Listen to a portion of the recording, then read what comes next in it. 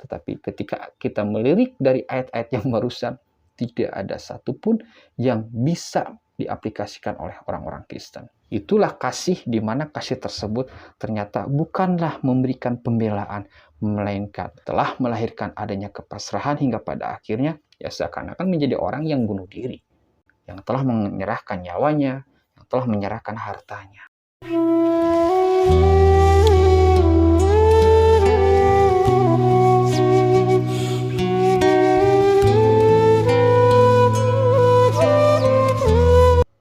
Bismillahirrahmanirrahim. Assalamualaikum warahmatullahi wabarakatuh. Kaum muslimin dan muslimah dimanapun Anda berada, saat ini bertemu lagi dengan kami di channel Apologetika Islam, di mana di konten ini kita akan membahas terkait adanya pembuktian. Benarkah apa yang kami bacakan ini telah membuktikan bahwa ayat-ayat yang ada baik di dalam Al-Quran maupun di dalam Bible mampu diaplikasikan oleh manusia manapun di zaman manapun. Karena jika satu ayat atau dua ayat atau lebih dari itu ternyata tidak bisa sama sekali diaplikasikan, tentu saja yang menjadi pertanyaan kita, apakah layak ayat tersebut diyakini sebagai firman Tuhan? Ataukah memang ayat tersebut telah expire karena bisa diaplikasikan di zaman kala itu, tetapi tidak bisa diaplikasikan di zaman lain, terlebih di zaman modern saat ini. Jadi teman-teman sebelum menonton lebih lanjut, silakan dibantu subscribe, like, share channel Apologetika Islam. Di mana di channel ini merupakan channel kedua kami, sedangkan channel pertama adalah Akademi Kristologi. Terkait adanya ayat-ayat yang ada di dalam Injil, ternyata kami menemukan adanya ayat-ayat Injil di mana di dalamnya telah membuktikan bahwa Bible itu tidak layak disebut sebagai firman Tuhan. Kenapa demikian? Sebelum saya mengutarakan lebih jauh mengenai ayat-ayat tersebut, tentu saja kita harus sepakat bahwa namanya firman Tuhan, di mana ayatnya tidak saja memberikan solusi alternatif atas segala problematika hidup manusia, tentu saja ayat tersebut pun mampu diaplikasikan oleh para penganutnya. Namun apa jadinya jika ayat yang nanti kami bacakan ternyata tidak mampu diaplikasikan? Silakan teman-teman membaca pada Matius pasal 5 ayat 39 hingga ayat ke-48, di mana di dalam Injil Matius tersebut diklaim bahwa pernyataan-pernyataan yang ada di dalamnya merupakan pernyataan yang disampaikan oleh Yesus, yang ditulis oleh seorang penulis Injil yang bernama Matius. Diutarakan seperti ini, "Tetapi aku berkata kepadamu, janganlah kamu melawan orang yang berbuat jahat kepadamu, melainkan siapapun yang menampar pipi kananmu, berilah juga kepadanya pipi kirimu."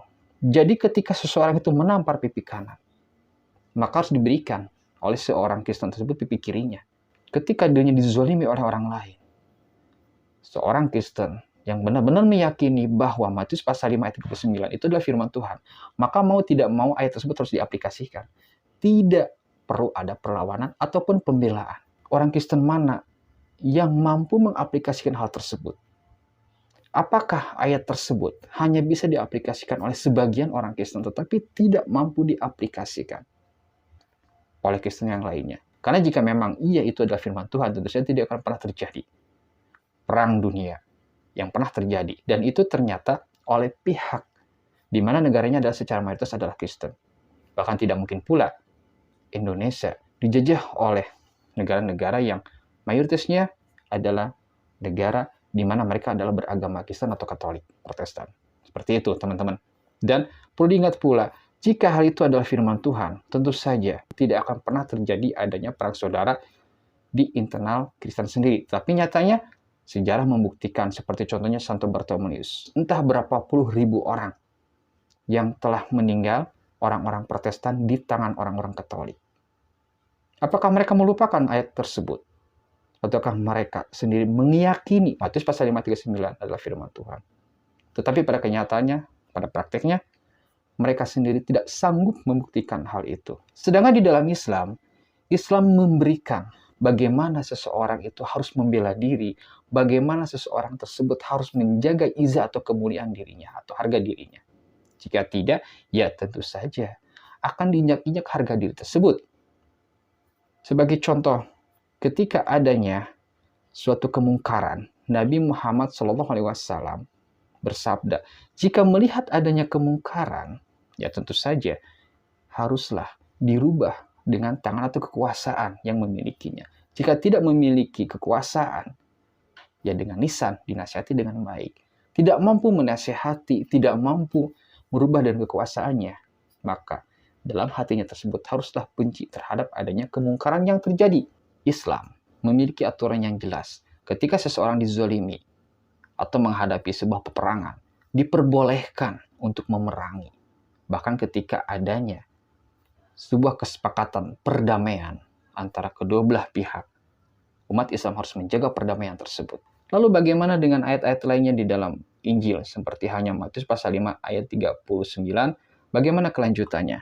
Di dalam Injil Matius pasal 5 ayat 40, dan kepada orang yang hendak mengadukan engkau karena mengingini bajumu, serahkanlah juga jubahmu. Jika seseorang, yaitu menginginkan baju dari orang Kristen, ya tidak saja baju, lalu ia pun harus menyerahkan pula ya posisi dari jubahnya. Apakah hal itu pernah terjadi hingga detik ini? Ketika seseorang menginginkan bajunya, menginginkan pakaiannya, menginginkan kendaraannya, apakah orang Kristen melakukannya? Itu suatu hal yang mustahil, yang bisa diaplikasikan oleh Kristen manapun dan zaman manapun. Jika memang ayat-ayat yang barusan itu adalah firman Tuhan, tentu saja ayat tersebut bisa diaplikasikan oleh Kristen manapun. Sedangkan di dalam Islam, kikir itu dilarang. Bahkan boros pun itu dilarang. Anda bisa membaca pada surat Al-Furqan ayat ke-67. Dan termasuk hamba-hamba Tuhan yang maha pengasih orang-orang yang apabila menginfakkan harta, mereka tidak berlebihan, tidak boros. Islam memberikan sebuah batasan. Satu sisi silakan memberi, tetapi jangan berlebihan. Ketika seseorang memiliki, jangan kikir. Nah, disinilah Islam memberikan sinegar tengah atau jalan tengah-tengah yang tidak condong kepada keborosan dan juga kekikiran. Dan hal itu ternyata bisa diaplikasikan oleh manusia yang di luar umat Islam pun bisa mengaplikasikannya. Menurut Anda, dari ayat yang barusan disampaikan, manakah yang layak diyakini sebagai firman Tuhan? Apakah memang Bible, khususnya dalam Injil Matius pasal 5, ataukah dari ayat Al-Quran? Namun demikian, orang-orang Kristen selalu memberikan jargonnya, bahwa Kristen adalah agama kasih. Tetapi ketika adanya kasih tersebut dijabarkan, ya sebagaimana yang saya barusan sampaikan, yaitu pada Matius pasal 5 ayat 39-40, ternyata kasihnya secara terperinci seperti itu diantaranya. Selanjutnya pada ayat ke-41, dan siapapun yang memaksa engkau berjalan sejauh 1 mil atau 1,6 km, berjalanlah bersama dia sejauh 2 mil. Dan berilah kepada orang yang meminta kepadamu, janganlah menolak orang yang mau meminjam daripadamu. Kamu telah mendengar firman, kasihilah sesamamu manusia dan bencilah musuhmu. Tetapi aku berkata kepadamu, kasihilah musuhmu dan berdoalah bagi mereka yang menganiaya kamu. Tetapi pada kenyataannya, tentu saja tidak akan pernah terjadi adanya hari Santo Bartolomeus. Tidak hanya itu, Galileo pun mengalami hal yang tidak mengenakan. Dan pada akhirnya, Paus pun meminta maaf atas perlakuan orang-orang Katolik terhadap Galileo. Dan itu telah membuktikan bahwa agama kasih hanya sebuah jargon belaka. Tetapi ketika kita melirik dari ayat-ayat yang barusan, tidak ada satupun yang bisa diaplikasikan oleh orang-orang Kristen. Itulah kasih, di mana kasih tersebut ternyata bukanlah memberikan pembelaan, melainkan telah melahirkan adanya kepasrahan hingga pada akhirnya ya seakan-akan menjadi orang yang bunuh diri, yang telah menyerahkan nyawanya, yang telah menyerahkan hartanya. Itu teman-teman, maaf jika sekiranya ada kesalahan maupun sikap maupun berucap. Akhirul kalam, assalamualaikum.